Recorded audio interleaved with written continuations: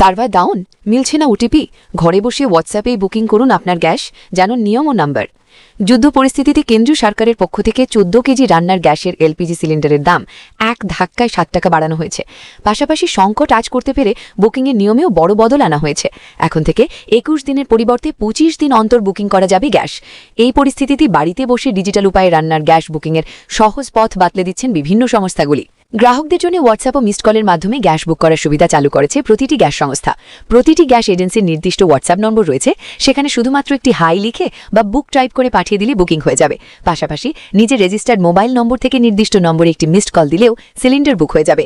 হোয়াটসঅ্যাপের মাধ্যমে Indian gas বুকিংয়ের জন্য গ্রাহককে তার রেজিস্টার্ড মোবাইল নম্বর থেকে 7588888824 নম্বরে ইংরেজিতে রিফিল লিখে পাঠাতে হবে। আর মিসড কলের মাধ্যমে গ্যাস বুক করতে শুধুমাত্র 8454955555 নম্বরে একটি মিসড কল দিলে বুকিং নিশ্চিত হয়ে যাবে।